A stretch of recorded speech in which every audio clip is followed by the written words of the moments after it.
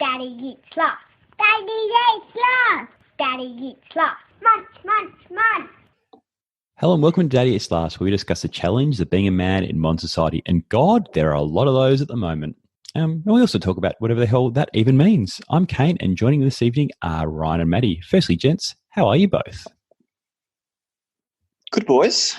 It's been a couple of weeks since I've been on, so it's good to hear you both chatting live for once. How are you? Doing well. It's been interesting times down here. The kids gone back to kinder, and kinder's been cancelled because they couldn't facilitate what they could do in video format. So, yeah, we're basically homeschooling, which is extremely interesting when you've got a 4-year-old who demands attention 12 hours a day. How you doing, Ron? Yeah, not too bad. Nice to hear some Aussie accents. G'day, mate. For my Sunday morning over here. We had to, on one of our work from home check-in calls, we had to share a sentence from a language that we learned. And the guys asked me to do an Australian one, and half the people had no idea what I was saying. So that was kind of good. I think I went with, hey mate, can you chuck a Yui into the servo for a sec? Need to grab a snag and some frothies. Oh. And just baffled the Brits over here. That's perfectly understandable. In fairness, actually, I had a girl come out from the UK who is now married to one of my mates, and she thought fair dinkum. A fair dinkum was a small marsupial.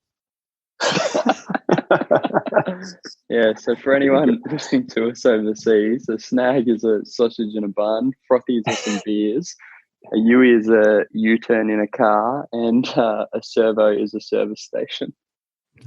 We have a weird vocabulary down here, all of our own, down here in Australia. We do. And then now a bunch of the guys in my team are now referring to me as Rhino, and they're going by Tomo and Mo and Jono, and so I'm kind of enjoying that. But otherwise, keeping well in lockdown, keeping as well as you can be, I guess. That's brilliant. Well, it sounds like you've all got cabin fever over there. Then, if you call each other Rhino and Tomo and stuff. Yeah, we are. We are going a bit stir crazy. I'm not going to lie. Well, that's something we're going to discuss tonight, not being stir crazy or not cabin fever as such. More, what are we looking forward to when this COVID-19 coronavirus sort of self-isolation, self-distancing thing ends? Like, what are you guys looking forward to most? It can be something simple, can be something complex. What are you looking forward to? Yeah, I was having a chat with a friend actually back in Australia, because I moved over to the UK to do all this travel around Europe and tap into, all of that stuff. And he was saying, I bet you can't wait till you're traveling and all that kind of thing.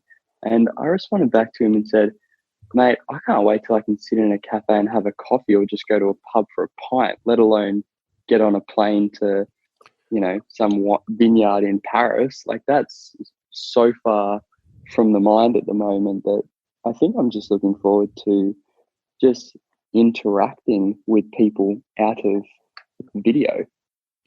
I get that. And for all the Australians listening, a pint is a frothy. No, I can completely get that. I was having a conversation with my better half today, and in all honesty, I'm not looking forward to when she can have her first coffee, like her first proper coffee. We're not having coffees at a cafe or anything at the moment. It's one of those things which we may be going a bit too extreme on these sort of things. If people wearing gloves and a mask, we'd probably be a bit more cool with it. But, your barista's still holding a cup and, putting the lid on with, basically fondling your lid and then handing it over. We're kind of not okay with that. But I'm kind of worried when we come out and she first has a coffee that I don't think I'd be able to compete with the level of satisfaction she's going to get out of that first coffee. It'll be like, I'll have what she's having sort of scenario, I'd suggest. We're lucky because we're probably in a tighter lockdown than you guys. There are a few like hole in the wall coffee shops that are kind of near our place. So if I go for a back end of a run, and do sort of cool down walk, we can pick those up and have store-bought coffees and also try and support the small business people. But they are fully decked out in gloves, mask. There's like, when you're waiting to order and when you're waiting for your coffee on the street, there's strips of 2 meters apart, and you kind of have to, it's like being in school again. You kind of have to all line up on your line. So thankfully I get to enjoy a store-bought coffee occasionally. Yeah, the mask and glove thing would make a difference, I think, if the baristas and the people serving had those here, because pretty much every cafe, I won't say it's open as normal, but pretty much every cafe is still doing takeaway coffees here. But it's just, pretty much just still a barista with, no gloves and no mask, albeit Australia's not nearly as affected as the UK and especially the US at the moment. We'd be much more comfortable. But what about you, Matty? Is there anything you're really looking forward to? Yeah, there's a few things, but I'll kick it off with a sausage from Bunnings I'm missing. Mate, just go to Coles and get... No. I'm not missing sausages, but the whole experience of going to Bunnings and standing in a line. Although I was sitting in a line at Bunnings the other day just to get in, but I guess caps off the satisfaction of what you purchase by purchasing a sausage and you're sitting back and eating on the way back to the car. And I guess with the kids as well. So taking them out to Bunnings and getting a sausage is something we used to do. And Colin, I reckon your little guy will be missing that as well, surely. His little trips to Bunnings. We squeeze in a sausage. We pretty much have a sausage once a week in some format, to be honest. Like, albeit on the barbecue or in the pan, it's just something which you. It's not the same. You got to cook it yourself. No. I have been baking and cooking a lot of sort of unusual stuff compared to normal, but that's more just through you're just trying to be resourceful on what's in the house to actually make something. But I'm actually looking forward to seeing my parents. I haven't seen them for 5 weeks now, and there's no light at the end of the tunnel when we're going to see them next. My dad is still working, and my wife's parents, one of them, they're both almost 70. Like one of them, my father-in-law is 75. So that potential cross germification for me, just to make up a word not in either the UK dictionary or the Australian dictionary, the cross germification between both parents, I'm worried about. So we haven't seen my parents for 5 weeks, and I'm not sure when I'll physically see them next. We video call, but actually just seeing people and actually being able to have a conversation with somebody across a table instead of over video, I think is maybe what I'm looking forward to most. Yeah, I mean, I'm the same. No, sorry, Ron, you go. I was just going to say, oddly, I'm excited to just go back to work in the office. I will actually look forward to, it's Monday. Yeah, I get to go to the office. Just for, as you said, I don't know, that people piece is probably something that is going okay, but, we don't know how long this goes for. And if it keeps going, it's just going to maybe get compoundingly worse. Yeah, well, they're talking about sport here, not having anyone being able to attend that. So potentially the AFL Grand Final come whenever that gets played. It might not be September this year, but they're talking about that, not having people there, and the Spring Carnival, maybe a Melbourne Cup with not a single person in the grandstand. So it's just even things like that, like not having sport on TV, like pretty much 24/7 because it's Australia. It's just little things like that, which you're looking forward to having that sort of thing come back too. It's kind of strange, isn't it, not having any sport on all that TV. I mean, horse racing is still going, as we know, but albeit without the crowds. But I'm in the same boat as Ryan, but for different reasons about getting back to work and out of the home office. The interruptions we get here during the day is just phenomenal with 3 kids. So that is a big one for me, getting out of this office and into some normality in a offside office. Now, what's your most common interruption? Who's the most common interruptee? The 4.9-year-old Eloise is constantly in here asking for food, or because she can't tell the time yet on the old analog clock. She is always worrying what time it is and when it's morning tea or lunchtime. And yeah, She can't follow that. She can't follow structure yet. So just buy one of those little. I think they're about $60. Buy one of those $60 Google things. You can actually just go, "Hey Google, what's the time?" And she can say that, and Google will just tell her what the time is, and you're off the hook, mate. Outsource that. actually, we've got that in the kitchen, so I'll tell her that tomorrow.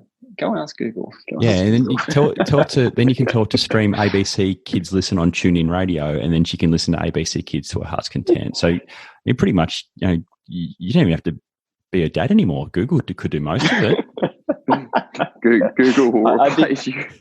I did tell them today I'm looking forward to this ending so I can leave. And they were pretty happy with that, actually. Oh, man. Everyone's getting on each other's nerves, I think. It's when you're constantly living in each other's pockets, especially when there's kids around. Like you see, I think there's a bit of a divide, not a divide as such at the moment, but it's definitely like people who've got kids and people who don't have kids camp. Like you see people who don't have kids on social media. Oh yeah, I'm learning a new skill. I'm doing this. I'm doing yoga together. I'm like, get the fuck out of here. You've struggled to get through the day. I can definitely resonate with that divide. Like in every work thing, it's like you talk about challenges of COVID, and there's basically like this, and this from all the people that don't have kids, and then there's people that have kids that just go kids. Kids is they're just like, I just want to get back to the office to get away from my kids. It's like it's a 12-hour shit show. Like you wake up at 7 and the kid ours wakes up at 7 and goes to bed at 7, and then intervening 12 hours, it's just a 12-hour shit show, and then you wake up and do it again. Around again. A few weeks back I mentioned about playing the piano and learning that cool Snow Patrol song, and I got Kim to time it the other day.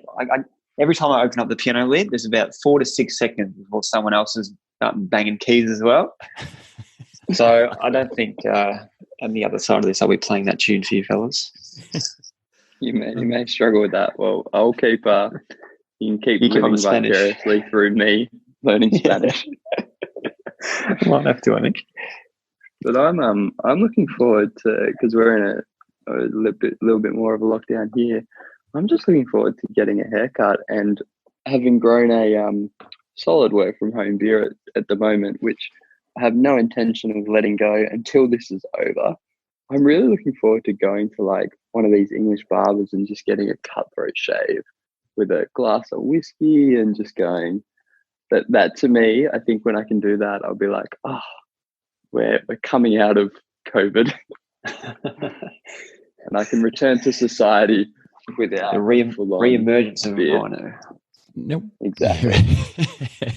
Rhino. So Rhino, how long do you reckon your beard will be by the time you get this cutthroat shave? Will the guy need to do 2 takes of it? It'll be pretty solid, Kano. I reckon. Yeah, I wouldn't be surprised if they've got to do at least 2 takes of it. It's funny. It's the little things, isn't it? There's not some sort of grand, oh my God, I'm really looking forward to X or Y. It's just the little things which we take for granted and have taken for granted, which we miss. It's crazy. Yeah, I think one of the challenges is like nobody could have ever anticipated, at least living in like, a say Western democracy civilization type thing, that you would ever, like, I don't even think in when they were going through World War II that people couldn't go to a cafe and have a coffee with their parents or family or friends, or go to a pub and have a pint. This has leveled the world in a way that, is different. And hopefully one of the positives that comes out of it is that we just are a lot more grateful for the smaller things. That being said, I definitely can't wait till I can get back on a plane and go to a European country for a weekend. But right now, I'll literally take just sitting in an English pub as a win. You're really lucky in hindsight not to go to Milan. Oh, yeah.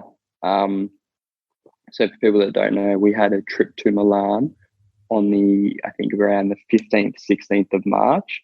It was kind of touch and go until probably the week of, even a few days before, where, the airline finally did go, no, we're going to cancel this. And I think it only got cancelled because the flight into Milan was allowed, but the flight out of Milan was not. And Milan's a city in Italy, for those who don't know. And then we got to have the option to go, well, because one of your trips is cancelled, you can either fly in or you could cancel the whole trip. And we took to cancel the whole trip. But I think if we'd gone to Milan, I think there'd be a very good chance that I'd still be stuck in Italy. Yeah, you would be. Yeah, I wouldn't be surprised because Milan was right at sort of near the epicenter of where Italy really kicked off. Yeah, so that would have been a fun call into work and explaining. So I went to Milan for the weekend, even amongst COVID, and now I'll be working from here for the foreseeable future.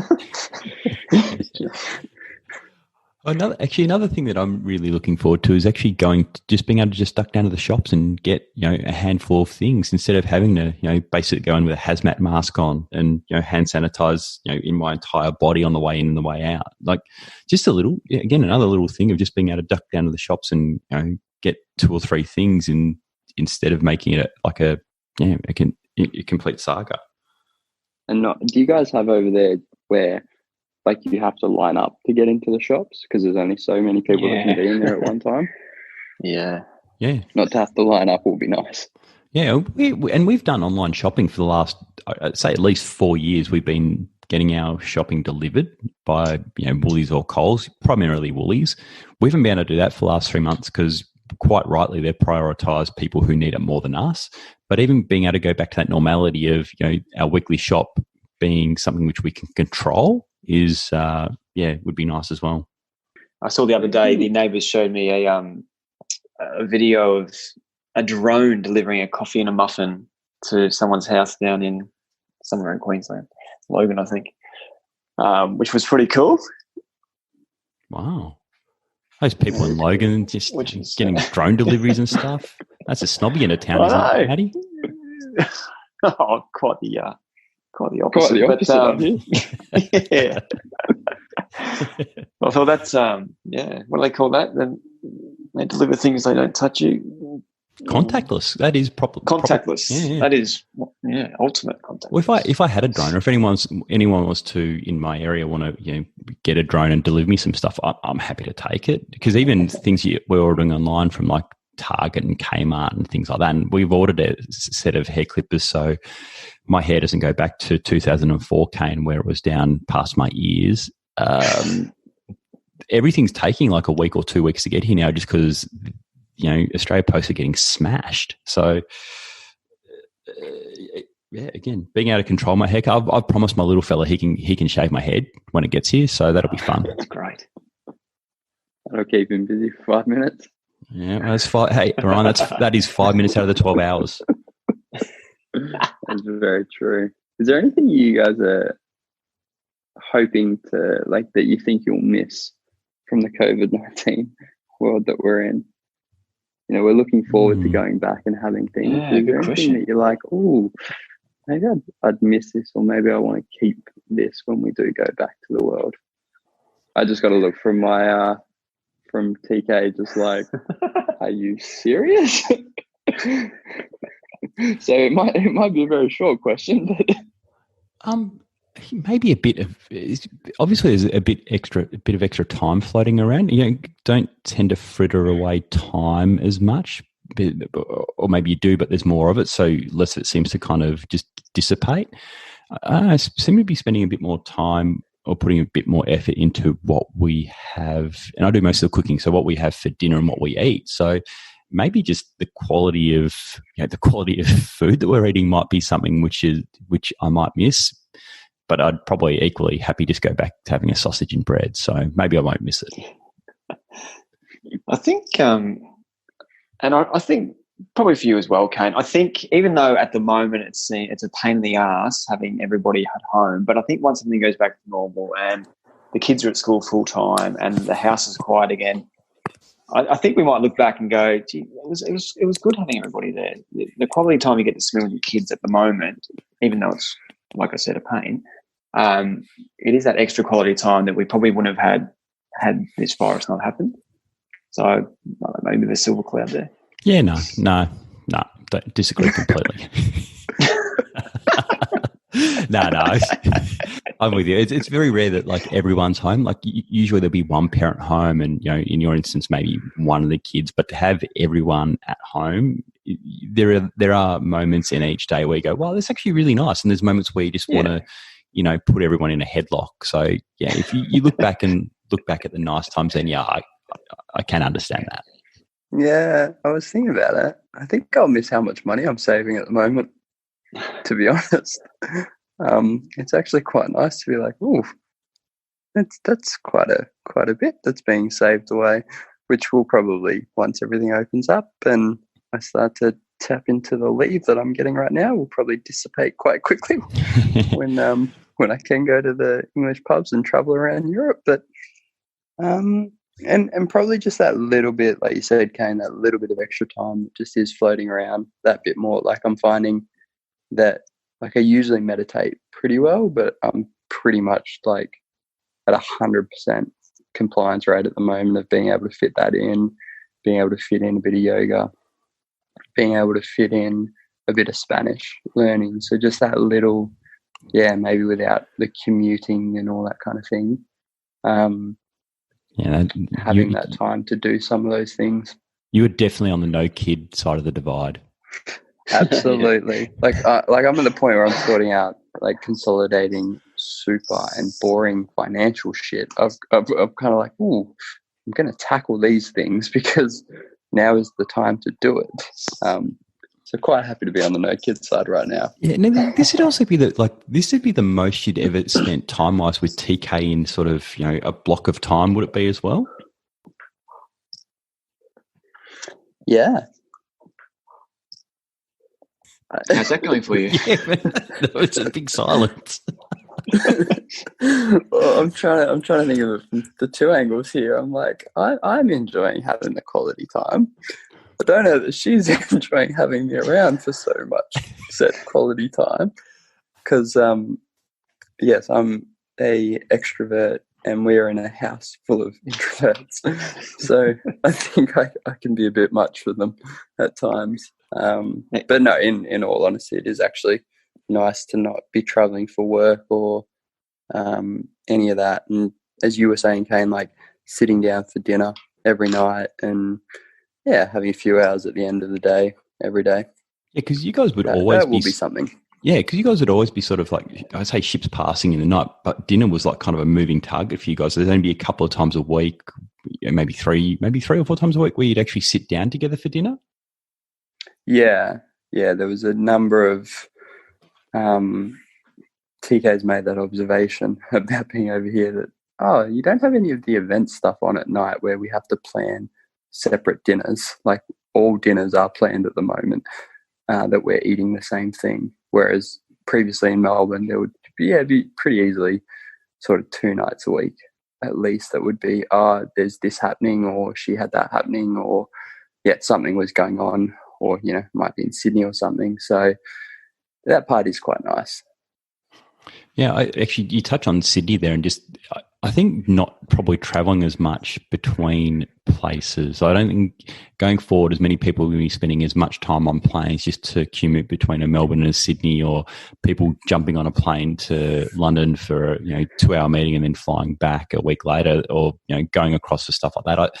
I think a lot of that will disappear because people are now Zoom meeting. I reckon 3 or 4 months ago, I'd say to clients, listen, we'll have a Zoom meeting. And they'd go, what the hell is Zoom? And now everyone's Zooming this, getting Zoom bombed, Zooming here, Zooming there. So I think that'll replace that sort of travel aspect. So maybe that's something I'm looking forward to, is that we'll be able to do a lot more stuff remotely. Yeah, I think the environment will look forward to that. I think travel will pick up plenty once this settles, but it'll be a very gradual pickup because even when lockdowns restrict, people are still going to be, especially if you're in those more vulnerable situations, you're not suddenly going to get on a plane and go for a European holiday. But I agree with you. I think those are, like, I remember back in Australia, it was not overly uncommon to fly up to Sydney and back in a day. Oh, yeah. And I think a lot of that will go away, where you'll literally, unless it's more than, like, unless you need to do overnight stuff and it's important for you to be there, I don't think the up and back in a day, sort of living in an airport lifestyle that some people or some professionals have will continue the way that it was before, which, yeah, I'm certainly looking forward to that, because even over here I've been up and back to Manchester in a day, and I'm quite happy to not do that in one day. Yeah, no, fair enough.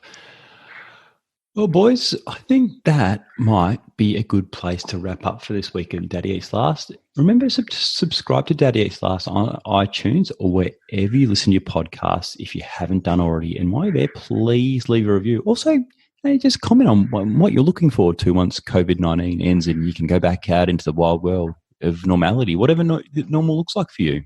Hopefully your coffee tastes sweet. Most of all, thanks for listening. And we'll be back next week for another episode, or should I say serving, of Daddy Eats Last. Well, unless you have black coffee because you wouldn't put sugar in that. How's that for a dad joke? Catch you next week. Bye-bye. Bye-bye.